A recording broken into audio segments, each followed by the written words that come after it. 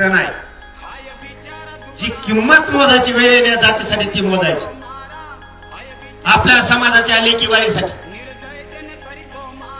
मी जीव सुद्धा तुमच्या पायावरती ठेवायला तयार आहे, पण हटायचं मात्र आता एका नवीन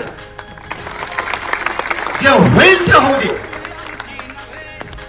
बघायचं आता कोणात किती दम आहे. फडणवीस किती जणांना अंगावर घालतायत,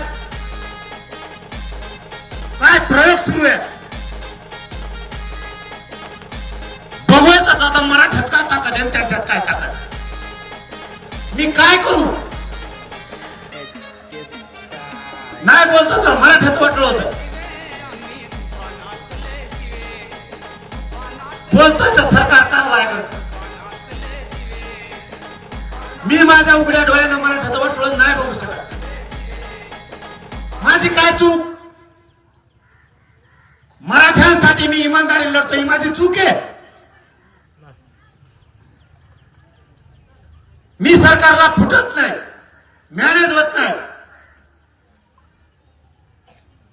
त्यांना वाटतं यांनी पद घ्यावं, पैसे घ्यावं, मी नाही येत. मी माझ्या जातीच्या पोरांचं रक्त विकून मी मोठा नाही होऊ शकत.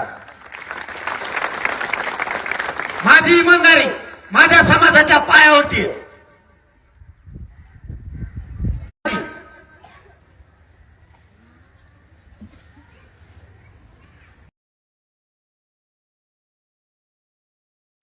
ठीक आहे, चूक आहे माझी.